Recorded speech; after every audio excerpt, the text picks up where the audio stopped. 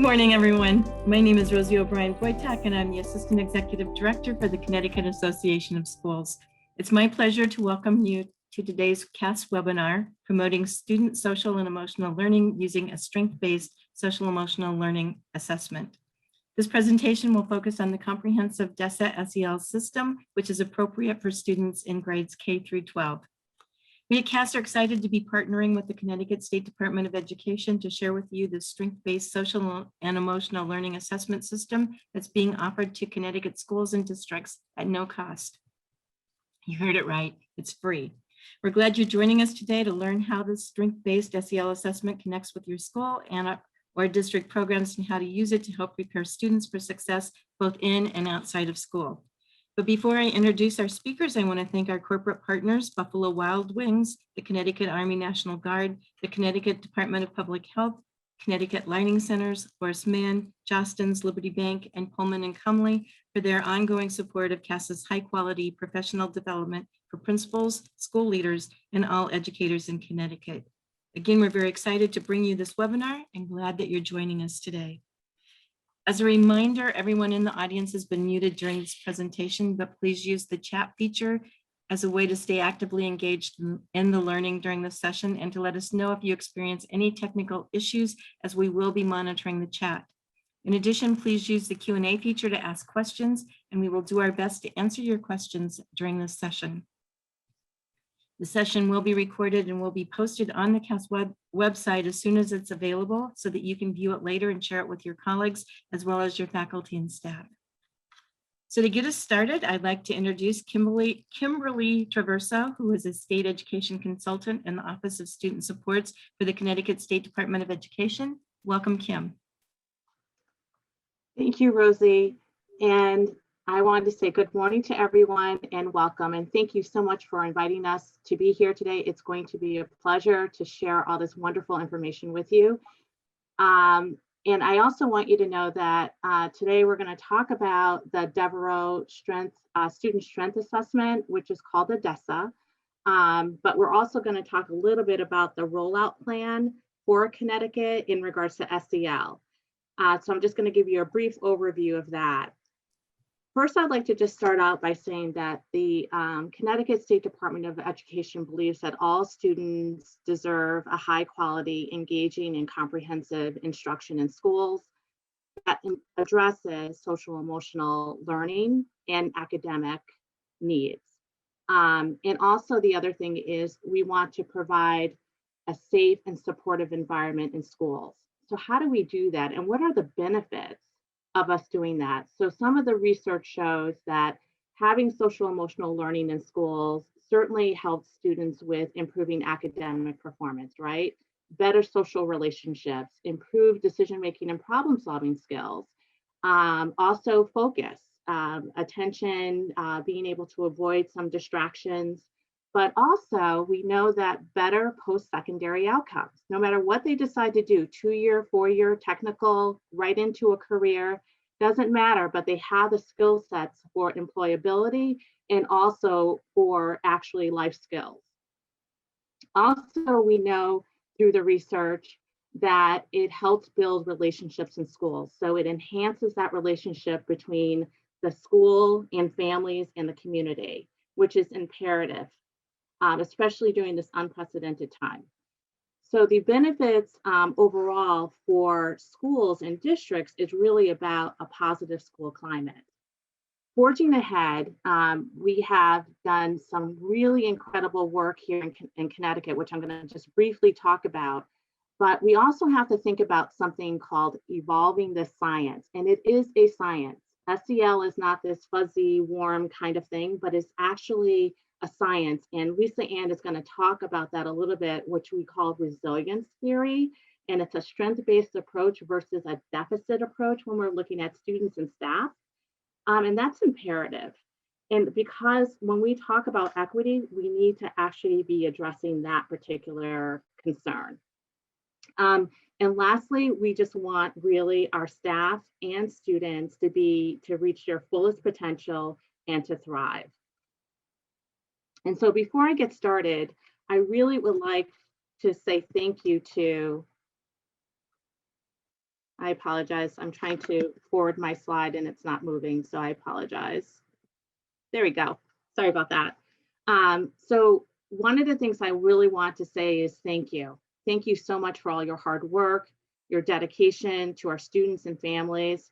This has been a daunting task the past year, and you have stepped up to the plate unconditionally. And we just want you to know that we recognize your efforts and hard work in working with students and families and trying to get things back on track. This has been an incredible learning experience for all of us, but I also think there has been some real innovations in schools and districts. So I just want to say that we really do appreciate your work. And I wanted to also say, did you know that that Connecticut has a definition for social emotional learning? And it actually, I'm going to give you a second to read it. And it's actually has something in there to do with adults besides just children. So I want you to know that we value also your development as adults in buildings and districts and how important that is, because if you're not healthy and also growing and thriving as well, then we're not going to have our students growing and thriving as well. So I want you to know that when we talk about this, we're also talking about professional learning and technical assistance as well for our staff members. And this is actually based on CAS-CIAC. So when you see things like self-aware, self-management, social aware, and relationship skills and responsible decision-making, we really are talking about all the things that CAS-CIAC has as far as their competencies. I have to tell you though that Aperture has gone a step further, and you will see today how they have expanded that and the importance of that expansion, because it really is intentional. And that's what we have to think about, as being intentional. So quickly, I know this is a very, very busy slide, but I just want you to think about systems for a minute. So again, I used the term intentional earlier. And when we're talking about SEL, it's no different than we're trying to roll out another initiative. Now, I know in districts we have a lot of initiatives that are going on and almost initiative fatigue. So what we need to really think about is systems work. And so we need to have a deliberate application of using a systems approach and sort of designing a roadmap that is coherent systems to integrate or align efforts under one structure.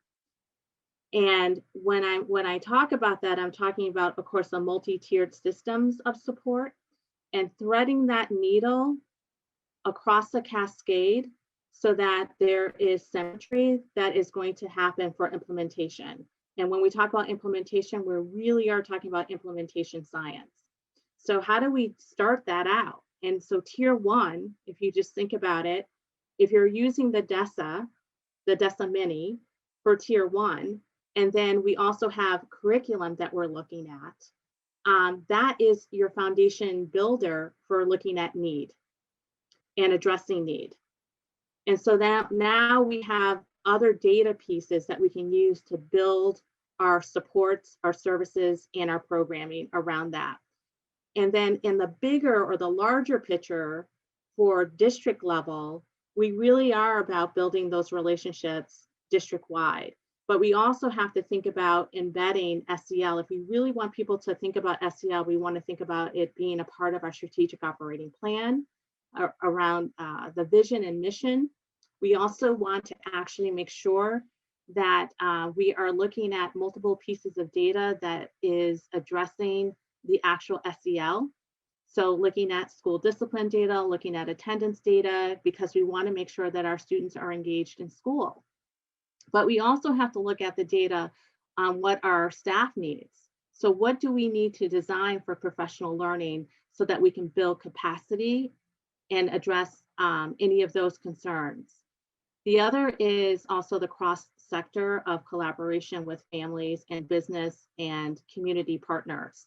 And the partnership is more than just providing additional supports, say mental health supports and things like that, but it is really about engaging the community to be sitting at the table, making the decisions around SEL.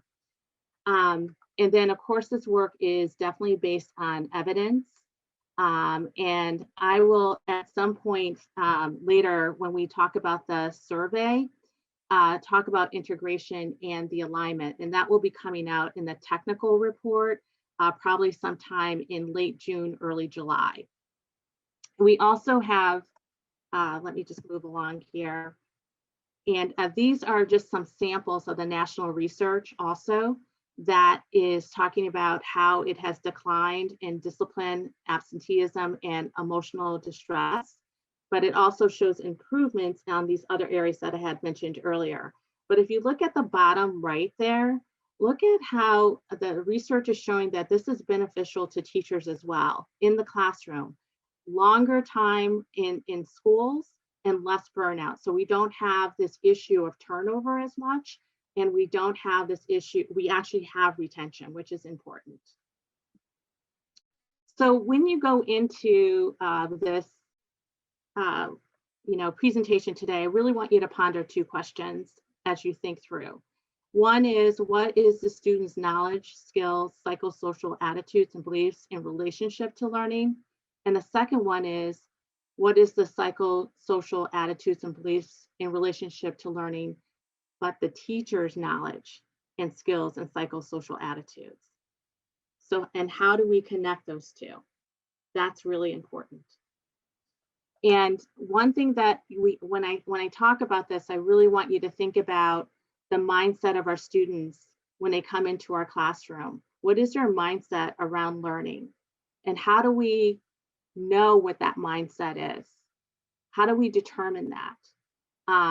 And then also, how do we help kids overcome obstacles and actually build resiliency in getting through challenges? Also, how do we help teachers not get burnt out, and also being able to have time to actually work with students and having the resources and supports?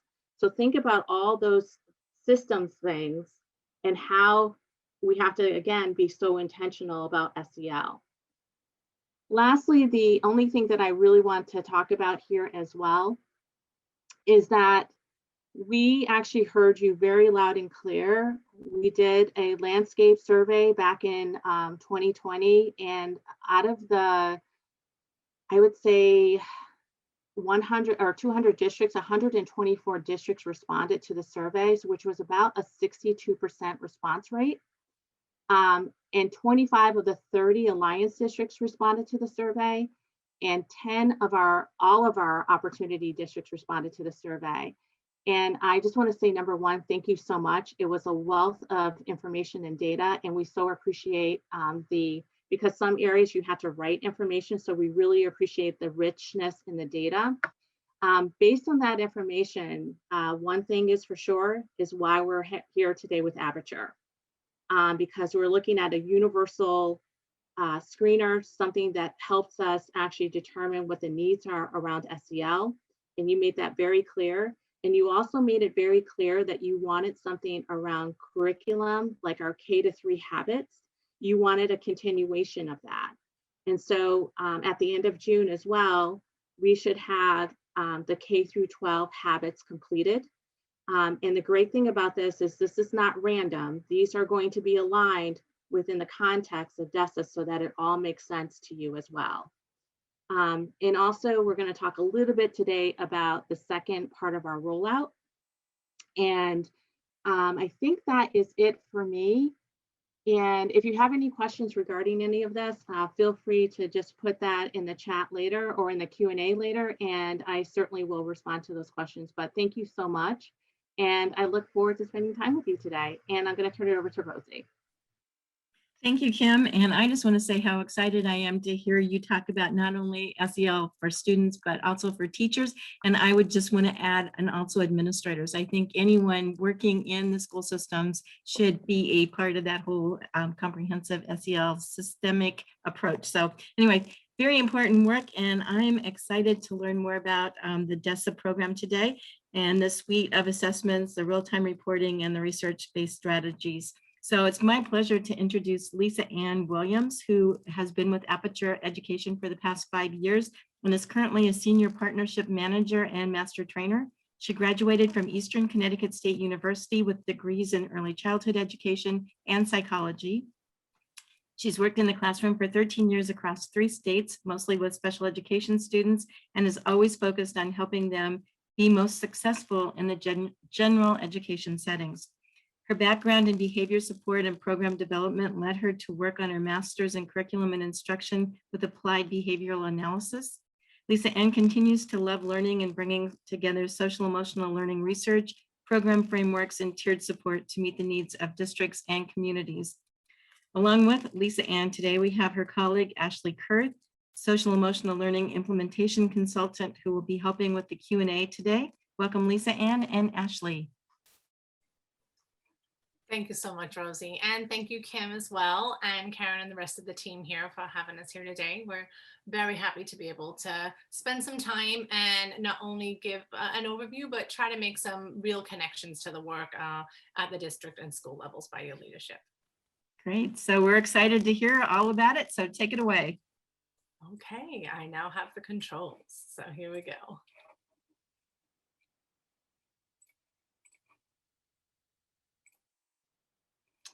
So I just wanted to make sure that I gave a brief overview of what our session goals are today. Of course, we want to continue to build that awareness of the statewide SEL assessment and its goals, because as you continue throughout this year and the next 3 years, you will be hearing about this. So this will help you connect to those who may be in your district already starting in cohorts, and then the ongoing growth of this initiative and partnership, and also make those connections between the goals at the state level and what has been going on in the past year that Kim kind of filled in a lot of that right now, but really there's a lot of context there, and we still want to make sure that that cascades down to that real work that you do on a day-to-day basis.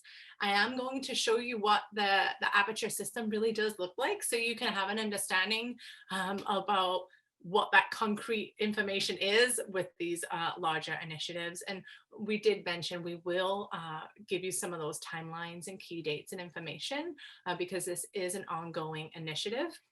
And we want to make sure that you kind of have an idea about what's coming on the horizon. So I'm really happy to be here. It takes a lot of dedicated people to launch an initiative like this. And you really do have an amazing team that has been supporting you at all levels and are doing really groundbreaking work here in the state.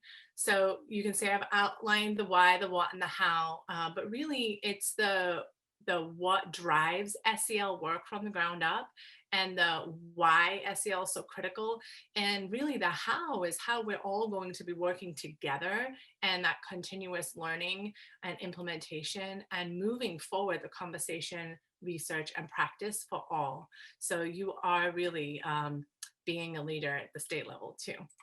So I'm just gonna move forward here and help you understand a little bit more the depth to which the partnership can support your initiative goals and programs from the top down and the bottom up. So this overarching assessment initiative goals, in working with the Connecticut State Department of Education, they really stand behind that belief that SEL and equity are critical components, and we're continuing to connect that to that positive school climate. So we are looking to improve those SEL skills of K through 12 students and improve that equitable access to these SEL skills and habits and this academic outcomes, because we know that no matter where a child is, that the stronger their SEL skills are, the better their outcomes are. So within this partnership, it is a voluntary statewide opportunity to have access to a system that does include that universal screener, that supplemental in-depth skill level assessment, ongoing progress monitoring, and we'll be talking a little bit more about where that fits in with implementation and systems. The social emotional resources, there's a wealth of resources, and what we'll be pointing to as administrators and district level leaders, just if you wanted think ahead a little bit about where you might want to start, there are some great resources in there to start with your educators and support staff. And then of course the professional learning, because it's not just the assessment data that we're looking at this growth and the understanding of what these skills are and how this impacts educators and support teams and district level teams overall impacting students. So just a couple of areas here. We did already connect to those strategic operating plans, but more specifically as well, those student success plans, there are areas where the DESSA information can connect overall to those.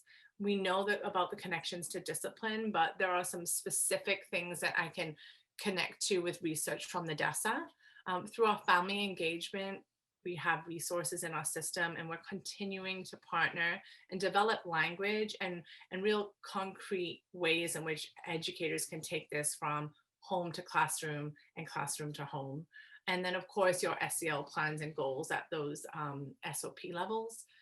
Kim mentioned it's not just about alignment in curriculum and standards, but that's where the initial work starts. And so we are doing that now.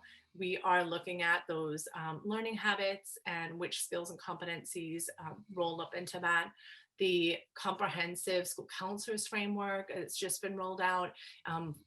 In your support staff, that is another big area in which those frameworks are really going to connect to where the information of the DESSA and the skills are. So you have those connections between educators and support staff, because SEL doesn't belong to any one person, and we need that alignment between all tiers to make sure that, again, you're cascading down.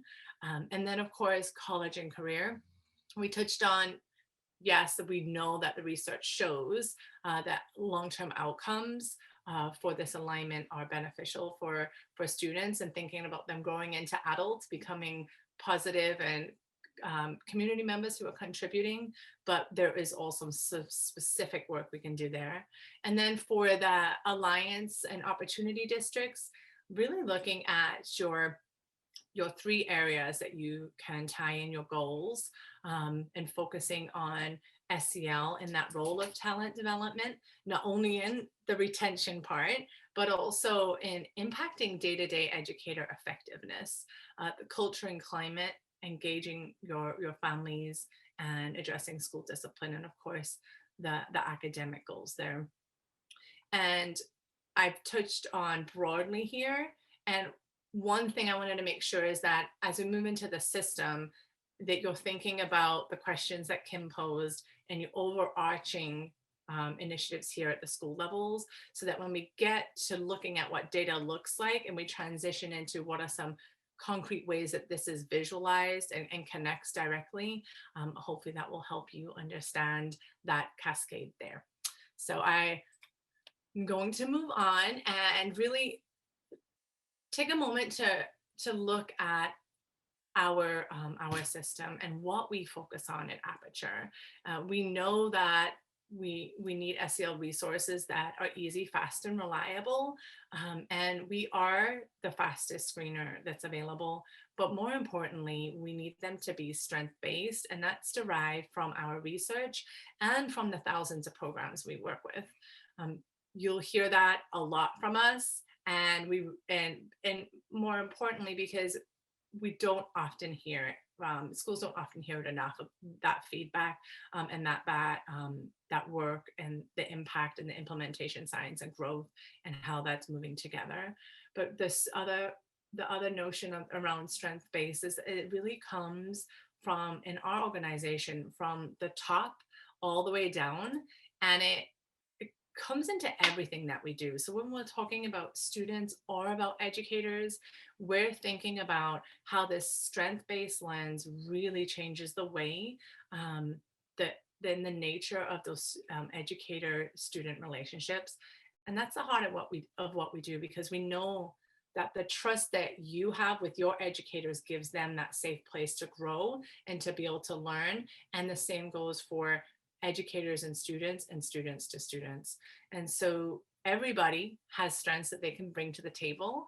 And it's really important to honor those and to know what those strengths are to be able to leverage those relationships. And continuing, that is where we're different. And that's how we'll help you and your work be different too. It's also one of the biggest reasons why we've been growing so fast. And even though the DESSA is a long time standing assessment tool, it has been able to reach both in school and out of school organizations, and of course those community-based organizations as well. So we have about a 65-year legacy in education and assessment to build upon.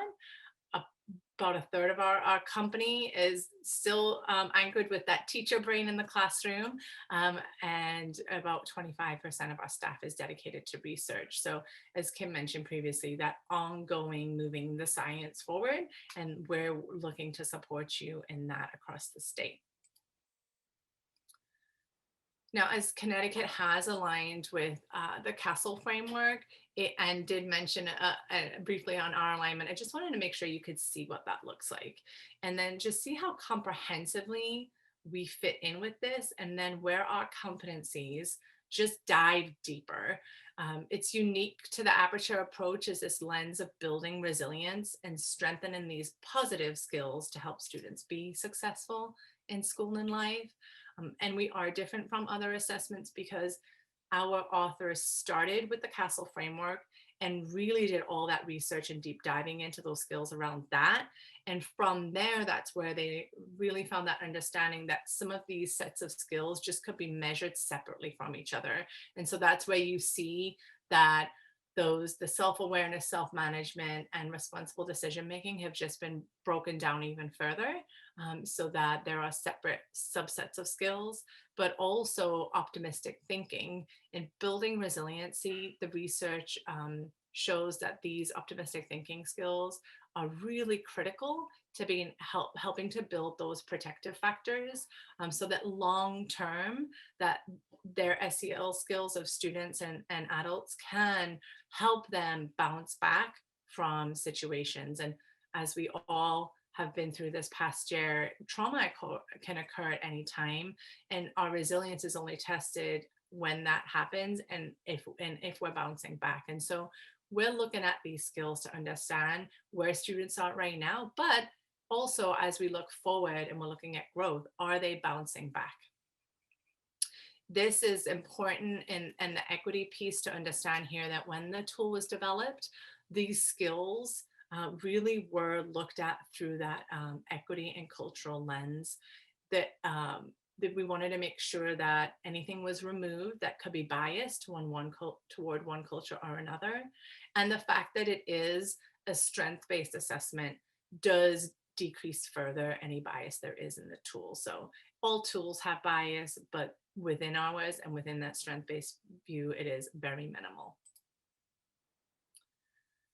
Now, our foundation of the DESSA has been really built out on validity and reliability. And that was really important to the Connecticut team when reviewing our tools.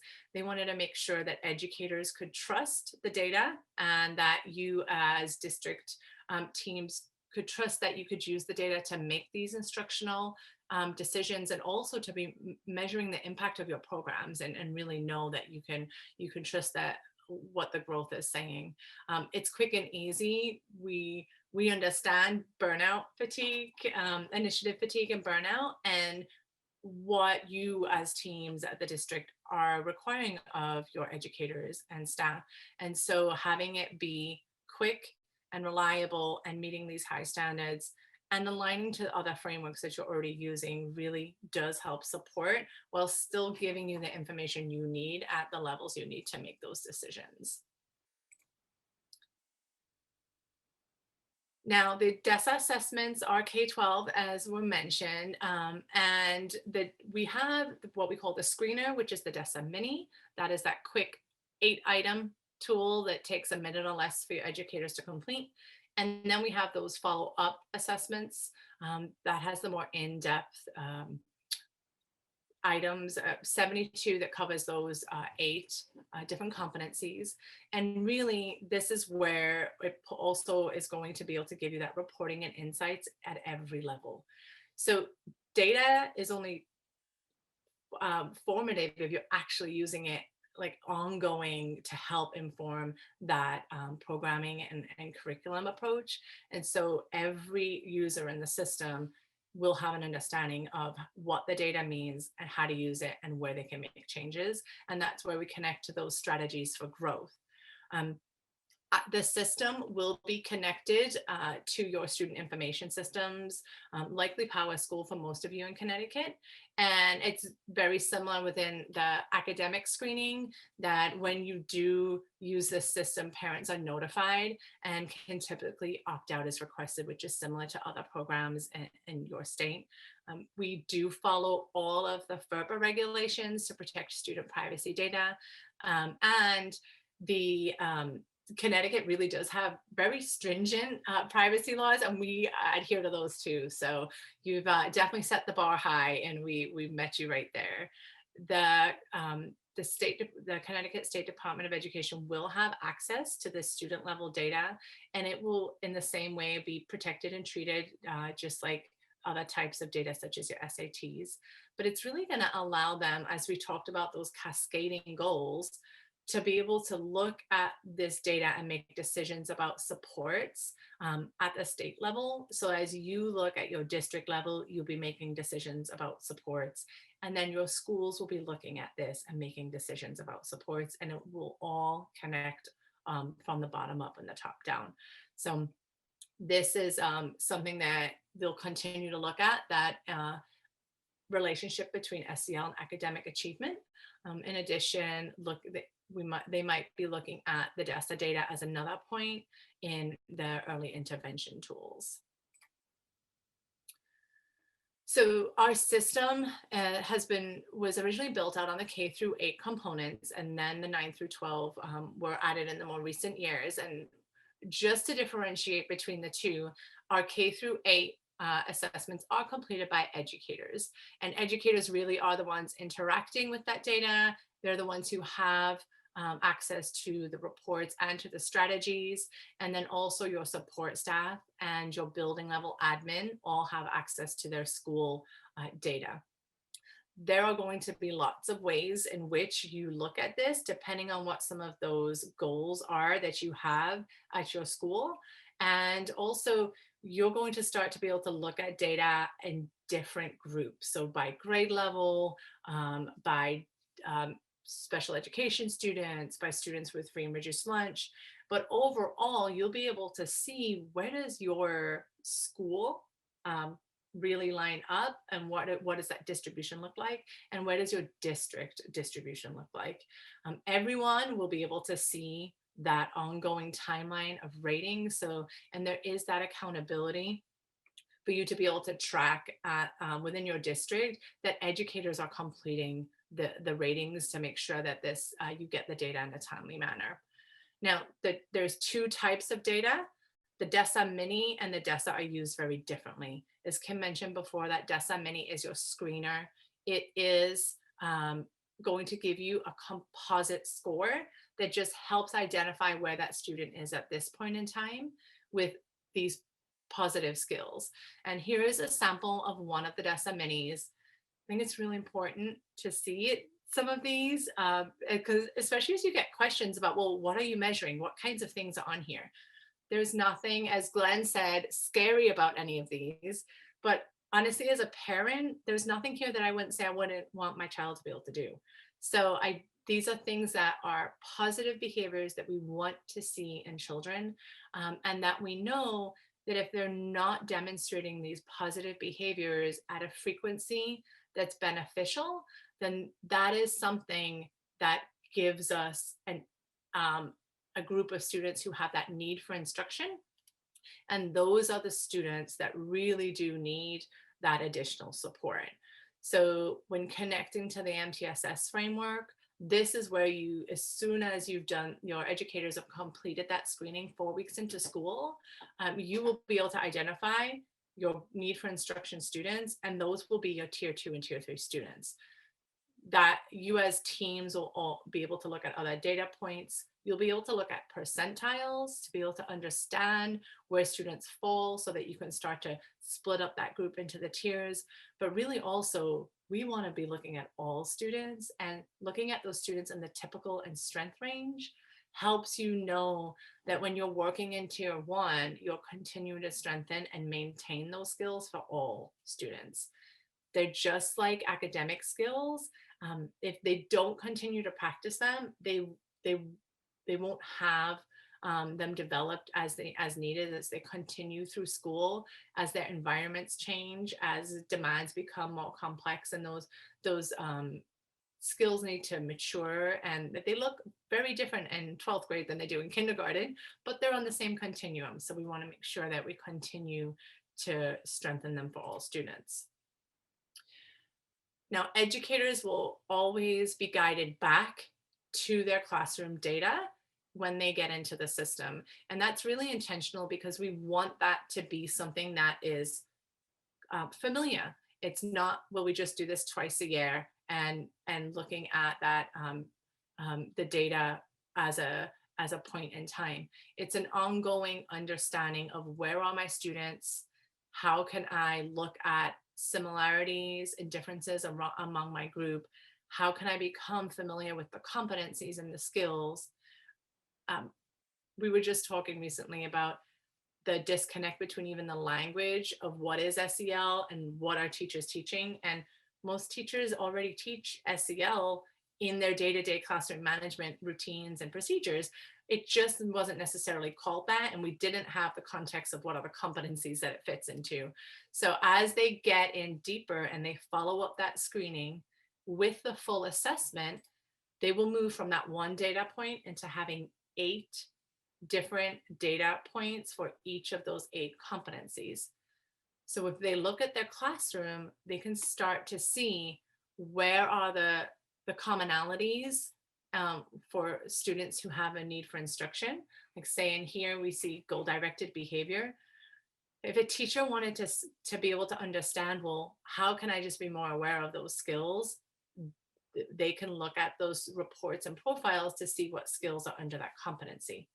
For your support staff, this is where they're going to start looking at, well, how can I be really effective with my small group instruction and be able to pull students who have similar needs, but also how can I use my knowledge of what strengths that child has and look at those skills and then connect it to where they need to grow. So they really can look at using one area of strength to leverage growth and an area of need. At the school level, this roll up of the competency information is another way that you can look at your data. So you can look at all of the students in your school by competency and look at which competencies your students have the highest need for instruction. So when you're thinking about professional learning, when you're thinking about what kind of engagement you want to do with parents, you will have an idea of where to start, because meeting the needs of those students, of the students who have those gaps, will still help support and strengthen skills for everybody. We're just targeting it overall for those who have the biggest needs. So some other things you can do at that program level is be able to really break it down by school, continue to monitor growth by schools and across your district. And when you start to get into those strategies, this is where, although it's supplemental, these are optional and can complement any of the curriculum pieces that you already have in place or are looking to put in place in the next upcoming year, that these can also bring in areas. The foundational practices are the activities that really are integrated into the classroom. So if you do have that challenge of not having standalone time for SEL instruction, then that is a place to start. Academic integration is one of the strands in there. Peer mentoring, we have fix and growth mindset. all of these not only help the educator understand how can I do things in my classroom on every day that just really is bringing in lots of skills, it's also helping to impact that classroom environment so that it is the best place for SEL growth. Now, in the strategies, not only do we have the strategies from those curriculum providers that we showed before, such as Second Step and Open Circle, but we have those that are written specifically for the DESSA that align to the 8 competencies. So whichever competency you're focusing on at a grade level or in a classroom or at a school, there is a universal lesson, a small group, an individual, a take-home component, and there's a teacher reflection and action. So if you want to continue to highlight certain competencies across your staff and across your district, then that's a great place to start. And also to start really engaging parents and understanding what it is that you're doing at school, and to help them learn more about what it looks like for the students at home. Now, this is all for the K through 8, and something that is unique to our system and really does bring in what is important in those high school grade levels is capturing that student voice and that student agency. And so the extra layer here is that students will complete a self-assessment on the exact same 8 competencies, and they will be able to see their data. It is all on this gamified platform that they're able to interact with, and it engages both adults as supports in their goals and their activities and plans, but it also pushes this data back into the educator's view so that whoever is working with these different groups of students can look at where are the areas that students are already engaging and where are the areas that they can support them in the class. And so again, our K through 8 and the 9 through 12 tools are nationally normed with representative samples with various racial, ethnic, and socioeconomic groups, and they are available in English and Spanish as well. And just a little bit more to help you see what it looks like, this platform for these high school students.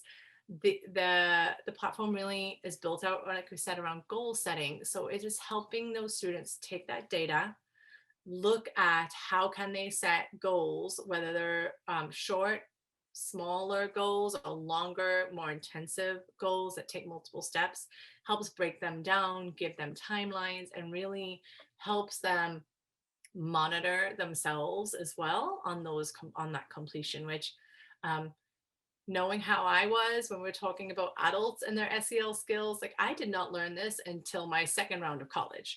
So, you know, I think that these are some things that putting this in the hands of students now and knowing that big jump from high school to college and self-management and being able to set goals around work and around other areas is really going to support them. So also, as you think about where you're at with SEL in your district, think about where does your high schools currently fit in as well. We know that this is going to connect to that college and career readiness, again, to those student success plans, your advisory periods, and we're continuing to make the connections with those career and technical education skills as well. So we've done a lot of work with your team in Connecticut, but also this has been ongoing, and some of our longest clients have been from Connecticut. So we really have been able to learn and grow and to hear about the challenges and to see what the needs have been and how we can support you. And I think just looking here at one of our schools there in Middletown, I think this is really helpful to understand some of the processes that other schools and districts have gone through in looking at tools. And so now knowing that you will have this as an option moving forward, there are districts that you'll be able to connect with who've used it in the past. So just thinking overarchingly here about summing up all of that and all those data points, really what are we looking at for use cases for SEL data? Of course, we're looking to help support that SEL programming and that progress monitoring. But as we mentioned, heightening that awareness of these competencies and skills and of what a student's strengths are is very important. That continuing professional development, I will touch on a little bit here. And then, of course, fostering those positive relationships. And the theme of relationships just keeps coming up, especially when you think of identifying those students who really end up having those relationships impacted long-term. With the Desa Mini, you will be able to identify those students who need that proactive support early on, before they go on to have these serious issues. Screening with the Desa Mini will help identify them early, and also a positive outcome is that maintenance of those trusting relationships with staff and peers, and the decreased time that is going to be spent on disciplinary referrals and suspensions. That it continues really into the impacts of educators and their SEL skills. Building on what Kim said, those healthy student-teacher relationships are really a foundation of the classroom, and they do. There's a large body of evidence that supports that strengthening SEL skills in educators has these positive impacts, and so they're better able to teach those skills to students. They have increased understanding and learning of what those competencies are, and they really shape the classroom.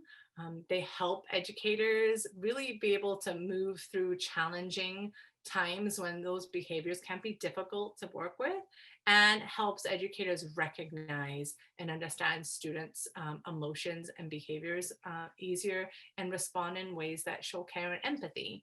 Again, we're moving past labeling children by negative behaviors and connecting to those skills that foster relationships and build SEL. Continuing to have effective teachers who have strong classroom management practices and really are attuned to the dynamics that are occurring in the classroom. And then when conflicts do arise, we know that educators that have these strong skills will be able to manage themselves better and make quicker, more positive decisions to manage those conflicts and get everyone back on task. So those disruptions will be shorter and have less of an impact. This continues to move into overall how that impacts that school climate. So supportive relationships are up front and center and are necessary components in school climate and SEL competence. And that strength-based lens of the DESSA really helps to support educators building those relationships, not only with students, but with each other. I think that when we have a better lens of what these strong skills are with children, then we have that same understanding and expectation of, well, what should it look like in adults as well. That social awareness, relationship skills, and self-awareness, they have to be woven in through explicit teaching, and it has to be demonstrated in the environment as the norm by everybody. So it's not the what they say, do as I say, not as I do model. So it is that everybody has those same high expectations that we're setting, that adults are setting for students, that students are setting for each other, but that students are setting for adults as well. And that climate of classroom and school is directly impacted by all levels of these skills. And we know that as districts and schools, you're looking at that impact of that achievement gap, and focusing on these positive skills is an area that we know impacts that achievement gap more greatly than anything else. And so being able to help those students who are most at risk with those other factors and really build their SEL skills gives them an equitable place to be successful. So looking at what does it look like in your systems and aligning that to the DESSA skills and being able to really have an intentional focus on what this is for all students and help those who are most at risk from not achieving to really hit those high academic achievements too. So concretely, thinking about those student success plans, and that ties a lot of this together across multiple grade levels. A couple of the areas here, I just wanted to include a brief example to just show where we're going to be able to support your expanding knowledge of how this DESSA SEL skills fits into your current frameworks. These 3 sections are aligned to the Connecticut Student Success Plan outline, and the skills on the right are from the DESSA 8 competencies. They're concrete examples of the SEL skills that are shown to impact lifelong success, both home, school, and in future employment. And looking at that those student success plans foster and support your 21st century skills, those being the learning skills such as creativity, critical thinking, collaboration, communication, literacy skills, and the life skills. You can see just at a glance which ones you can start to have students focus on learning that also maps up to there. So as a school and district, this work can get a lot deeper. You can looking at going on to goal setting in those student success plans. Those are a few skills there that directly come from those competencies. And then again, just looking at what we expect students to be able to do with those written reflections on their personal strengths and areas for improvement. These are skills that are directly aligned in the DESSA and measured across time. So this will give K through 12 that continuum of these skills growing as well. And lastly, we touched on employers and looking at the skills that are necessary, and really this comes from Castle research and surveys, and all these top 10 skills are SEL skills. These are being identified as, as we've seen this change in employment and the workplace, and moving from necessarily those academic skills, but into those interpersonal and problem solving and critical thinking skills. And so all of these are really able to be shown in the DESSA. So long term, we always just want our kids to be successful in life. We want them to graduate school and to come back and tell us that they've had success in college, they have a great job, they're happy and successful, and we know that aligning SEL throughout K through 12 and then connecting it to these skills and really valued by employers is really getting that trajectory aligned. So I'm checking time because I know I got started a little late. So I just briefly, this is a summary of really all of the points that we covered. And I know you'll be able to see this in a follow-up, but I did just want to spend 2 minutes, if that's okay, Rosie. I know we're behind on time, if that's okay though, just giving a little bit of information on the rollout and the professional learning. Okay, I see the thumbs up. Thanks so much. So that onboarding and implementation, we have already just finished out our submission for that first cohort. So the second cohort submission will be coming in the fall. And as you can see, it's a lot larger of a group, but you can expect for that professional learning that there is that alignment again and that systemic approach to what is going to happen at the district level with data, at the school level, and within your educators. There are some roles here that are specifically for school or district, but really we, our professional learning team has been very intentional about making sure that that is aligned all the way through so that anybody who's interacting with this data knows what they can do with it and where it fits in with the whole system. Briefly, there will be 2 trainings for each of those 3 levels of teams throughout the year. And this is something that ongoing will help deepen your district, school, and educator comfort and confidence with SEL assessment and use of the data as the implementation and adoption of the Aperture system evolves. You'll continue to build that common language and understanding from the beginning to help educators, administrators, and support staff make the most impact with their role. So as I mentioned, we had already had our cohort 1 submit. We'll be announcing our applicants' acceptance here at the end of next week. So we're very excited for that.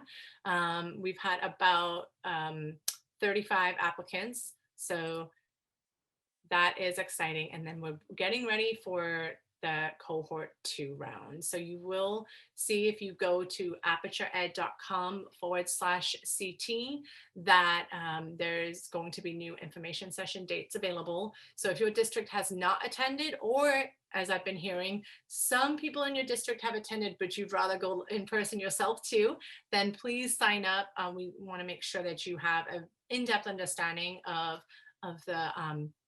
the partnership and the commitments and the expectations, and can be able to submit to join us for cohort 2. And also, just in case you need our information, contact information, both Ashley and I are available. We have office hours that you can book us through, and also feel free to email us if you have specific questions. But then of course we do have our Connecticut State Department of Education team supporting on their end too. So if you feel like that you have a question that's more appropriate for them, then please reach out. I did make sure I could say that, so Kim knows she might get an email. So I think I'm about ready to wrap up there, Rosie. Okay, did you guys want to take, there's a question, maybe another one. Did you want to take time to answer the questions? Yeah, great. And I'll just field that question that came through. So thanks for submitting. The question is, just to clarify, is the 9-12 student self-assessment in addition to a teacher rating or instead of a teacher rating? So the self-assessment can be used as the first step. So typically students who fall in that typical strength range, you wouldn't need a teacher to follow up. But if a student does overall fall in the need for instruction, we do advise that you have an educator also rate them so that they can look at how those behaviors may be showing up in that classroom environment. Because of course, when a student rates themselves, they're taking into consideration their academic and school behaviors as well as their home behaviors. So that's something that is another perspective to have, and a great conversation place to start. You will have access to both. Great. And Rosie, I know we're right up against time with a minute left, so I'm going to turn it back to you. Okay, thank you, Ashley. And thank you, Lisa Ann. And I guess what I heard today is that DESSA is aligned with CAS-CIAC. It's easy, it's fast, it's reliable, it's strength-based. Those are my huge takeaways for this amazing tool for educators to assess and engage students in high quality targeted SEL learning activities to increase their social emotional learning growth and development. And as you said, with everything we've gone through during the past year and a half during the COVID pandemic, I can't think of a better tool that can be used to help make sure that our students are socially and emotionally ready to re-enter school in the fall, as well as to gain the critically important social emotional learning skills that they'll need to be happy, productive, and successful now and for the rest of their lives. Social emotional growth, as you know, and development is so important. Maslow before Bloom. And it's truly the foundation students need and the pathway toward helping them catch up, close the gaps, and accelerate the learning they lost during the pandemic. As we reopen schools in the fall, there isn't anything more important than the well-being of our students. And speaking as a retired Connecticut principal who used Second Steps at Ivy Drive School in Bristol, I wish we would have been able to use the DESSA with the Second Step program to specifically identify the needs of students and provide targeted individual, small group, and whole group instruction. So thank you, Lisa Ann and Ashley, for introducing us to DESSA. And Kimberly, I want to say thank you to you and to the Connecticut State Department of Education for making DESSA available to Connecticut schools and districts for free, and also for leading the way with this important social emotional learning need for all of us. So thank you so much. And to my colleagues across Connecticut, I encourage you to continue doing social emotional learning, but make sure that you contact Lisa Ann and Ashley at Aperture Education if you're interested in learning more about how you can bring DESSA to your district and school. So thank you again, Lisa Ann, Ashley, and Kim. Thank you very much. Thank you for the opportunity. Glad you were here today. So once again, I'd like to thank our corporate partners, Justin's Horseman, Liberty Bank, the Connecticut Army National Guard, Pullman and Cumley, Connecticut Lighting Center, the Department of Public Health, and Buffalo Wild Wings for helping to make this webinar possible. We thank them for their continuing support of our CAS professional development webinars for all principals and educators in Connecticut. And I'm also really excited to announce that on August 11th, 2021, CAS and the Connecticut State Department of Education are hosting a virtual Education Equity Summit, Learning and Leading for Systemic Racial and Social Justice. We have two great keynote speakers. In the morning, we have a keynote featuring Dr. Uher Williams, who is an education activist and founding director for the Racial Justice Initiative at the University of St. Thomas. And the afternoon keynote will feature co-authors Scott Sider and Darren Graves, co-authors of the 2020 Harvard Press book, Schooling for Critical Consciousness. And if you haven't read it, I would highly suggest it. It's a great book. It'll be a full day of learning, planning, and reflection, including a panel presentation by Connecticut students and a variety of breakout sessions. So be sure to save the date, August 11th, and watch for more information about the summit during the coming weeks. This webinar has been recorded and will be posted for future viewing on the CAS website within the next few days. Please share the link with your colleagues once it's posted. Again, thank you for joining us today. Stay safe, stay well, and have a wonderful end of the 2020 school year, a year like no other. Happy summer, everyone.